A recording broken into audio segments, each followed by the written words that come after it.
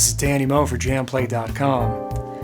In this lesson, we're going to talk about what happens when a producer says, leave some space, because there's going to be some sweetening coming in on the track, meaning some rhythm guitar, some horns, some extra keys, some background vocals.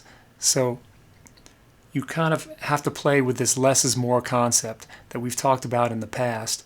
And what I've put down for you on this track is just one more keyboard part. So now we have two keyboard parts. There's a little bit more on there that you have to listen to, that you have to yield to.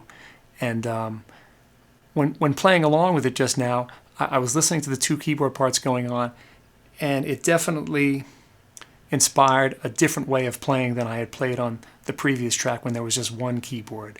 Previously, there was a lot more room to do some fills and whatnot. Here, I was locking in more to the bottom end, meaning the kick drum pattern, and just playing along with that drum set and hearing the keyboards as this more orchestrated stuff in the middle, and then maybe a vocal or an instrumental thing will go on top. So let's practice along with that. Best thing to do is to listen to the rhythm track and hear the different parts, where they come in. I'll start it now. Now it's going to go, if you remember, we had 1 minor to flat 2-7, and now what's coming up is 1 minor to 2 minor. Okay? So let's listen to the additional keyboard part and see where those fills come in. You don't want to step on that.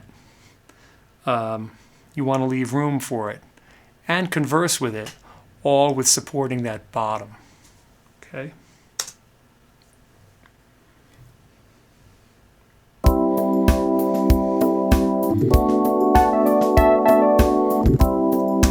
So there's that fill.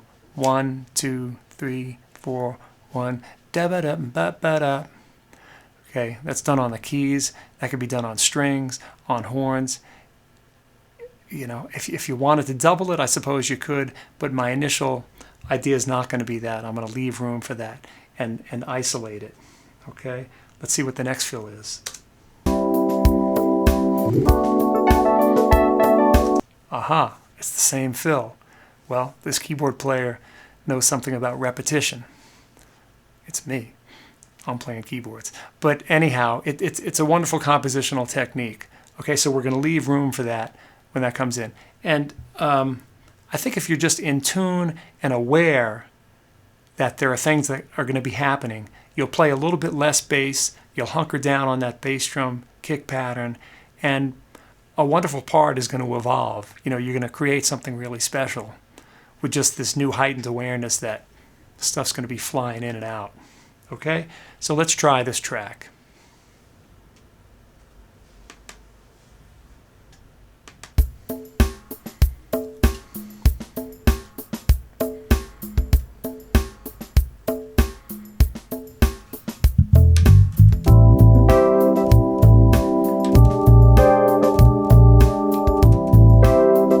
So I'm getting familiar with those background lines. Meanwhile, I'm using some repetition in the bass line, so that's feeling right.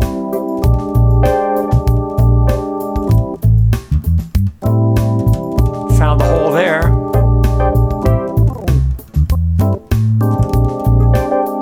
Now I'll hunker back down low again.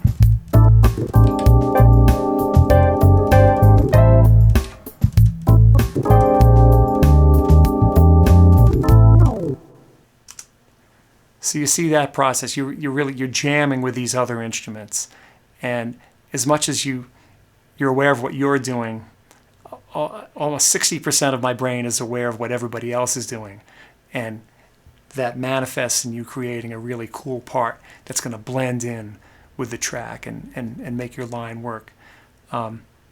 We've talked about transparency, your track blending in, so really folks can't pick out the bass as an isolated instrument, as opposed to playing a fill where the bass jumps in front. We saved our fills for at the end of 4 or 8 bars, and we seem to luck out there where we laid one in. Sometimes you'll go for a fill, and at the same point, the keyboard player or the drummer might go for a fill, and then that's all right. You'll do another take, or you'll talk about it, or maybe it's magical and the fills work together. So you have all these possibilities when tracking. Okay, now the B minor chord's going to come in. 1 to 2 minor. And remember we had that fill da da da da da da, so we're going to leave room for that.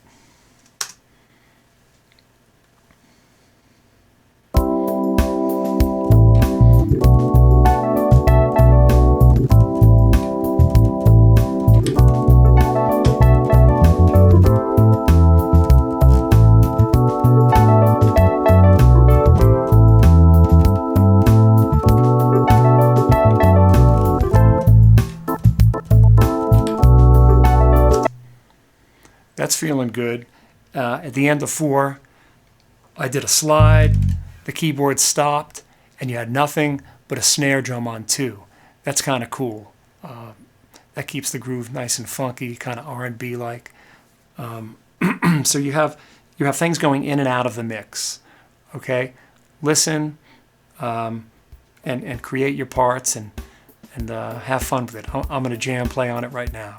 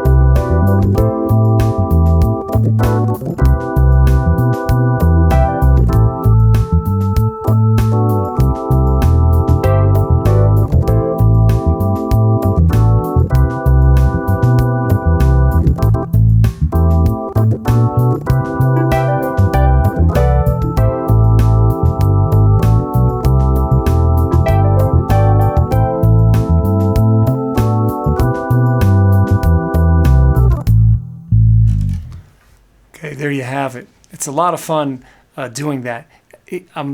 Because we talked about it, I'm focusing more on leaving room for the other parts to come in. So you give it a try and listen back to your work. Make sure you check it out, and then you can make adjustments from there.